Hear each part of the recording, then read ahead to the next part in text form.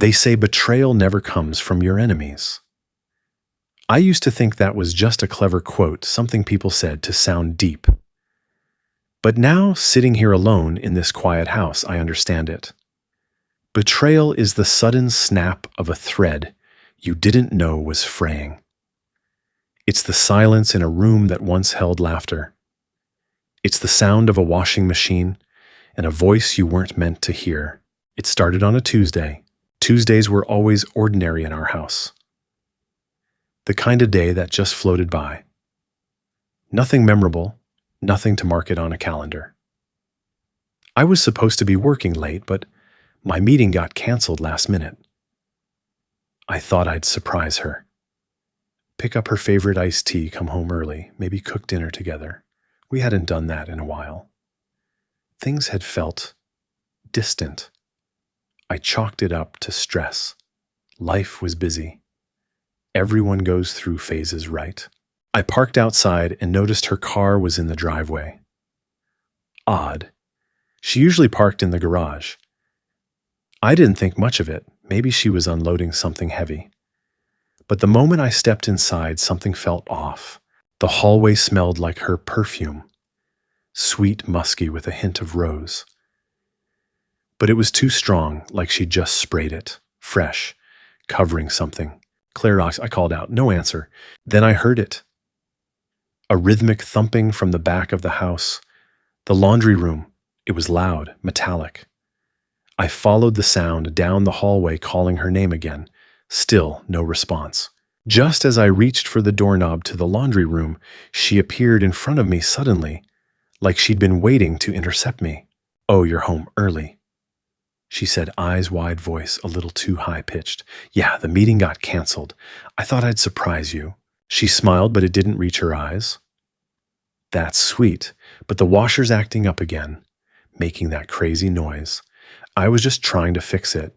We just had it repaired," I said slowly, listening. The banging continued, not erratic, not chaotic like a broken drum. It had rhythm. "I know, but I think it's busted again. I was going to call the guy tomorrow. Can I take a look?" I stepped past her before she could stop me. The door was slightly ajar. Then I heard it. Between the thuds of the machine, a voice. A man's voice, low, playful. "Keep the rhythm." And then soft laughter. Claire's. I froze. "What was that?" I asked. "What was what?" I pushed the door open. The room was empty, washer running, clothes inside, the smell of detergent, nothing out of place. "I thought I heard something," I muttered. "Probably the machine echoing. It's making all sorts of weird sounds." She wrapped her arms around my waist. Her touch felt cold. "I'm glad you're home early," she whispered. I smiled, but something had shifted. A crack in the glass. A sound that didn't belong. That night I lay awake, staring at the ceiling while she slept peacefully beside me. My mind kept replaying it. Keep the rhythm. It wasn't the washer. It wasn't an echo. I'd heard a voice. Another man's voice. In my home, in the room where she told me she was doing laundry. I didn't want to believe it, but I couldn't ignore it. The next day I faked being sick and stayed home. She left for her shift like normal. I waited a few hours and went to the laundry room. I examined the machine. It worked fine. No noise, no banging. Just the quiet hum of a normal spin cycle. I opened the cabinet beneath the sink. A crumpled shirt that wasn't mine was stuffed behind a box of dryer sheets. It smelled like sweat and cologne, a scent I didn't recognize. My stomach turned. Still, I wasn't ready to accuse her. What would I say? I heard someone say, "Keep the rhythm." That sounded insane, so I did the only thing I could think of. I bought a small camera, a hidden one disguised as an air freshener. I placed it on the shelf in the laundry room, facing the door, facing the machine. If there was something happening, I needed to see it for myself. That night I kissed her goodnight, pretended everything was fine, let her laugh, let her sleep, and I stared at the ceiling again. But this time, I wasn't just imagining things. I was waiting for the truth to reveal itself. And deep down, I already knew. The washer wasn't broken, but something else definitely was. The next few days passed slowly. I became an actor in my own home. Smiles felt rehearsed. Dinners were silent performances. Every time Claire kissed me, it felt like an apology I hadn't asked for, but somehow already understood. She touched my hand during a movie, and I had to fight the urge to pull away. My heart wasn't in the living room with her. It was back in the laundry room waiting for confirmation. The camera I installed had a small SD card. It could hold about 6 hours of footage before overwriting itself. I'd come home early, swap the card, and watch the recordings in my car before rejoining her. The first 2 days, nothing. Just her folding towels, checking her phone, humming along to music. Then came Friday. It was around 2:14 p.m. Claire walked into the room wearing something I hadn't seen before. Tight jeans, a silky blouse, and makeup. Not casual, not for doing laundry. She opened the washer, dumped a pile of dry clothes in just to make noise, and checked her phone.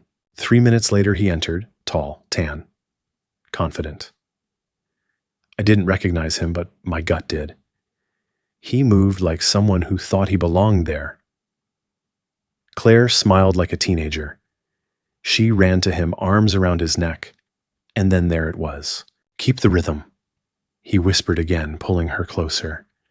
They kissed. Not the kind of kiss that came from a mistake. It was practiced, familiar. I felt like I couldn't breathe.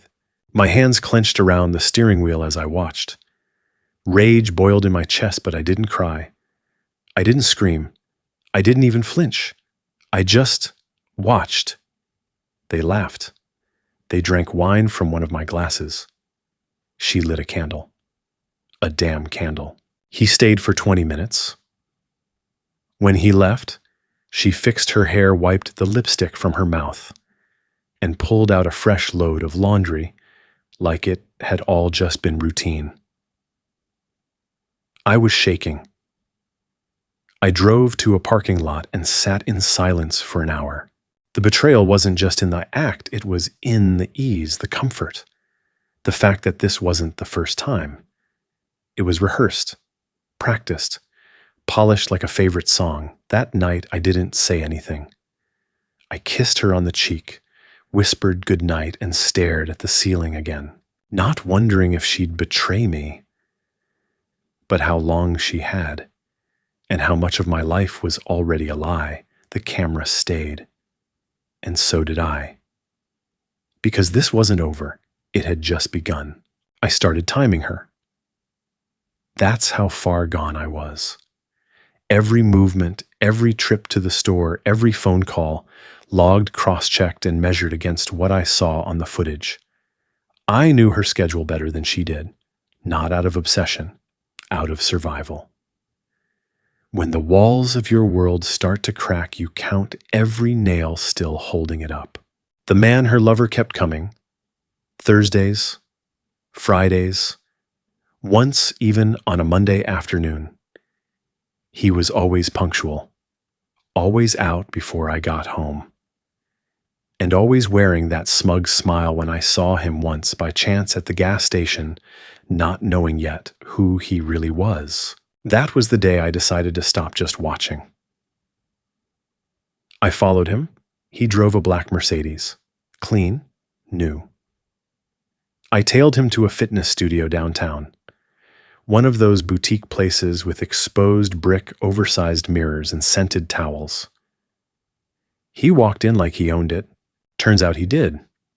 His name was Julian Torres, owner of Rhythmic Core, a high-end personal training studio. I found his name on the window the next morning when I returned alone, pretending to look for a membership. Claire had never mentioned him, not once. But when I showed her a flyer from the studio that someone left at work, she froze. "Never heard of it," she said, eyes too wide. Looks expensive. That lie told me everything. I spent the next 2 weeks gathering proof, footage, screenshots, her browser history. I felt disgusting, like a stranger in my own life. But I had to know how deep it went. One night I found her burner phone. She always kept it in her gym bag. I only found it by accident, if you can call desperation an accident. I waited until she showered, then searched the zippered compartment. The screen lit up with a message just as I unzipped it. Tomorrow, 2 p.m. Same rhythm. My chest hollowed out. I recorded everything, scrolled through their messages, took pictures with my phone. They joked about me, about the lies, about how she'd train him after their sessions with a little cardio of her own. But what hit me hardest was the way she spoke about our marriage. He's too careful, too slow, like he's scared to live. That's what she said, scared to live. No, I was scared to lose her, to lose us. But she had already thrown that away like yesterday's laundry. The next day I took off work. I sat in my car across the street from our house. Camera in the laundry room, phone in my hand, live feed running. 1:58 p.m. She walked in dressed in a loose black dress, hair curled. She checked her reflection in the microwave door. 2:03 p.m. Julian arrived. Same knock, same laugh, same damn line. Keep the rhythm. I didn't cry this time. I recorded it all. Audio, video. I even caught the moment she looked directly into the camera without realizing it and smiled. Later that night, I stared at the footage, wondering what kind of man I'd become. A watcher, a documentarian of his own heartbreak, but also something else now, a planner. Because it wasn't just about betrayal anymore. It was about justice. I printed the photos. I made USB copies. One for myself, one for my lawyer. Yes, I called one. Quietly, told them I was preparing for divorce, that I needed a financial audit, that I suspected misappropriation. See, Claire wasn't just cheating. She was draining our joint account slowly. I noticed the pattern: weekly transfers to a new investment account she never discussed with me. And Julian, he was listed as a silent partner on her side business I didn't even know existed. It wasn't love. It was a setup. They were building a life on my dime. The washer wasn't the only thing being used here. The difference now was I finally saw the rhythm, and I was ready to break it. I waited one more week, long enough to gather what I needed. Copies of emails, bank statements, a notarized letter from a private investigator I hired to confirm the affair and the finances. Then I made reservations. Not for a dinner, for a confrontation, and I made sure it would be public. The next part of this story wouldn't take place behind a closed laundry room door. No, this time the whole damn world would hear it, and I'd be the one keeping the rhythm. I booked us a table at Rosalie's, the Italian place where we had our anniversary dinner 2 years ago. The irony wasn't lost on me. I dressed well, not for her, but for the moment. I wore the watch she gave me for my birthday. The one she'd engraved with forever is real. What a joke! Claire was surprised when I asked her out to lunch. She smiled with a flicker of guilt in her eyes, maybe because she thought I was trying to patch things up, maybe because she thought she was still in control. She wore blue, her I want to feel beautiful blue, the same dress from one of the videos. I complimented her, pulled out her chair, ordered her wine, kept my voice soft, let her believe whatever she wanted to believe, because I was about to burn it all down.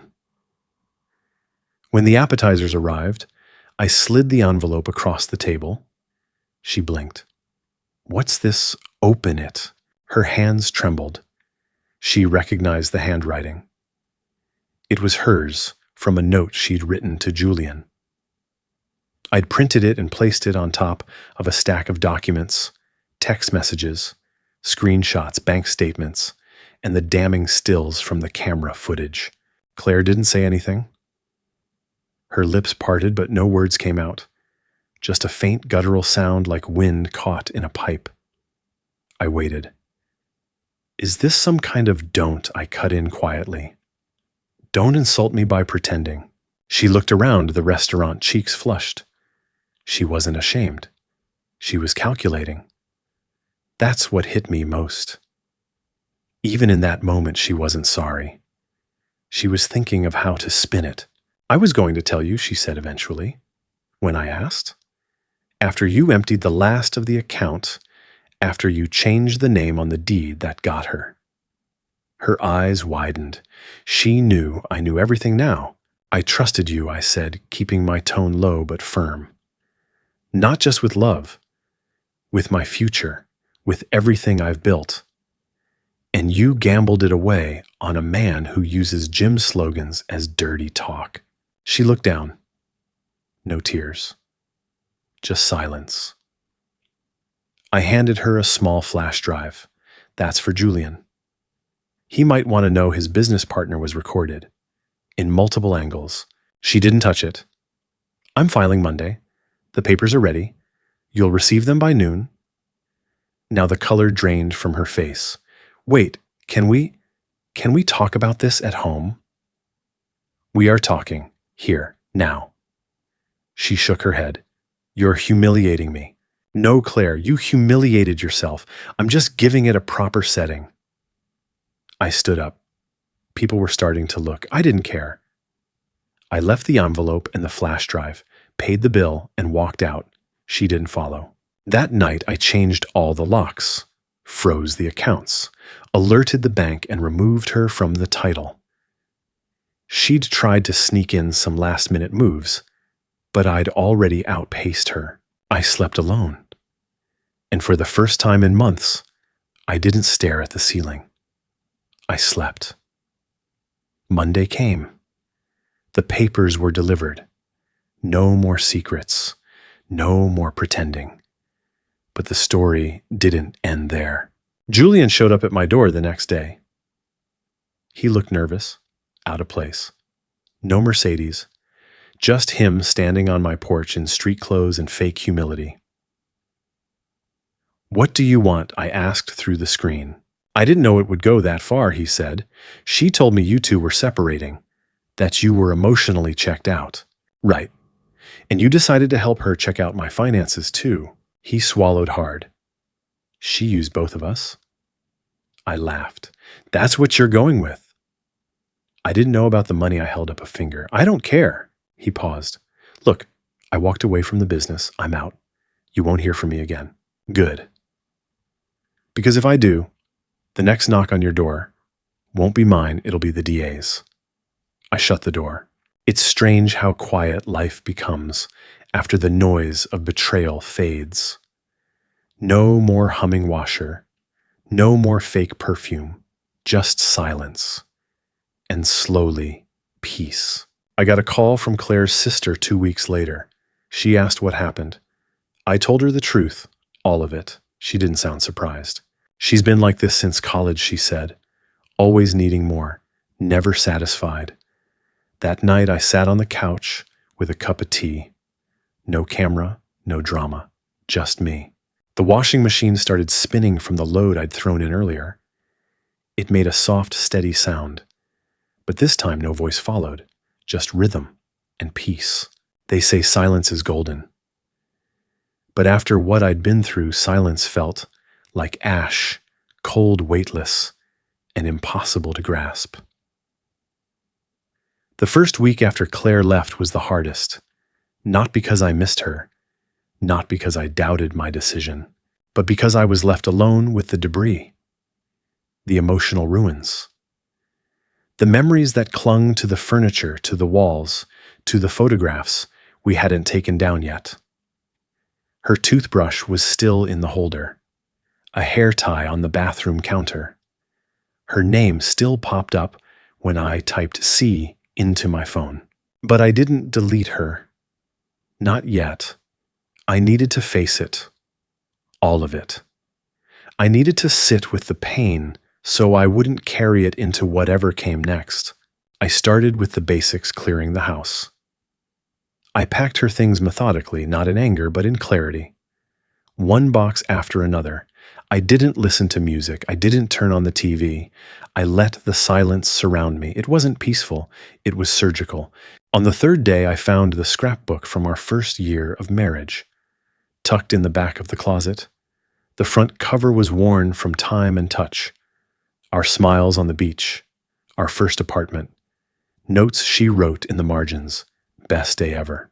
And I felt nothing, no hate, no longing, just stillness. That was the moment I realized something. She had already left me long before Julian. The affair was just the final scene. The rest of the play had been performed in silence, in glances not exchanged, in dinners eaten without conversation. I wasn't just betrayed, I was grieving a ghost. Work became my sanctuary. My projects were cleaner, my meetings sharper. I got promoted a month later, not because I asked for it, but because I earned it. The irony wasn't lost on me. Claire once told me I'd never be more than a mid-level manager because I didn't take enough risks. Turns out getting cheated on unlocks a whole new level of focus. But it wasn't all forward momentum. Nights were quiet, too quiet. I started taking long walks through the city, through the woods. Sometimes I walked for hours, not to reach anywhere, but to hear something, anything, other than the echo of my own thoughts. That's how I met Lily. It was raining. I'd forgotten my umbrella, which didn't matter because I was already soaked.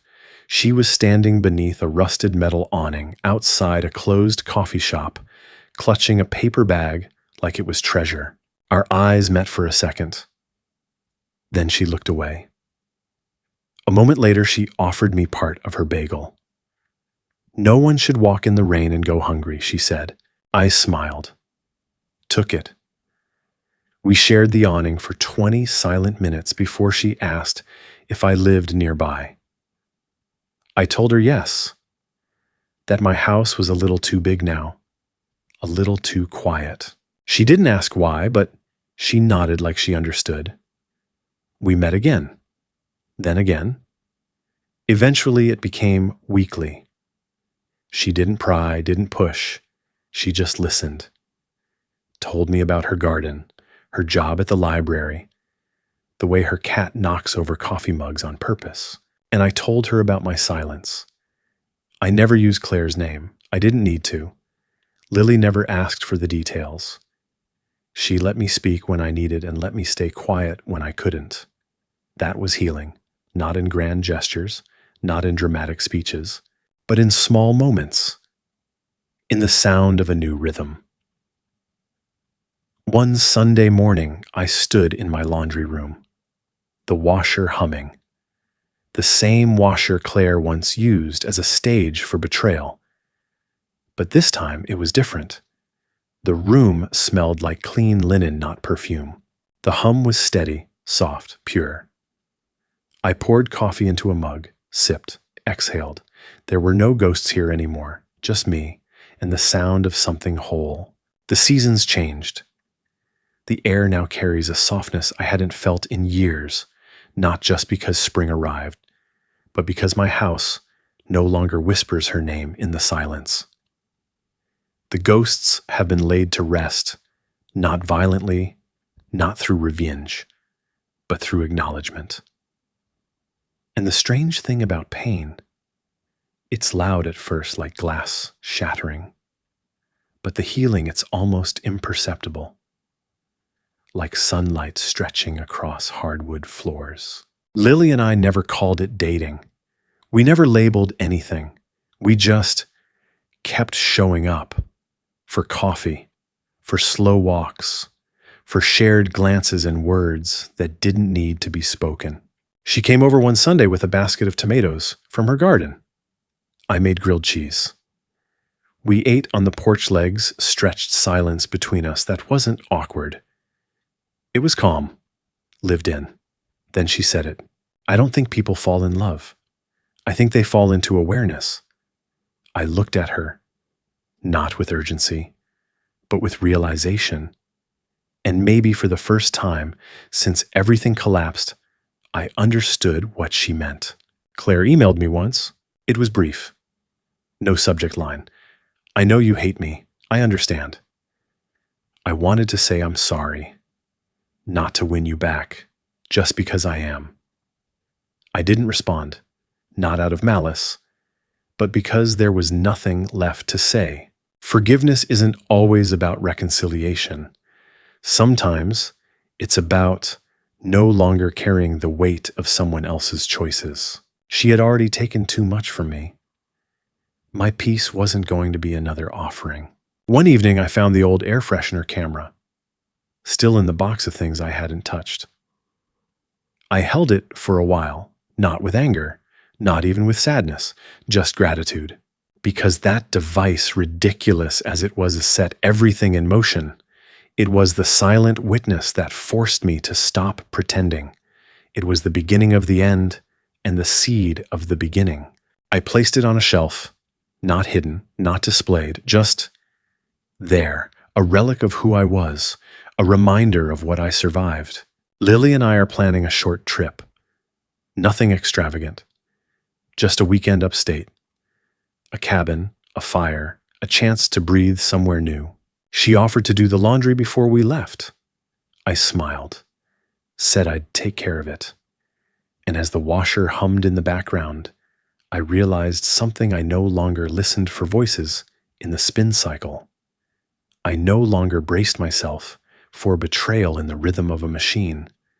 I just lived fully, quietly, and for the first time in a long time, joyfully.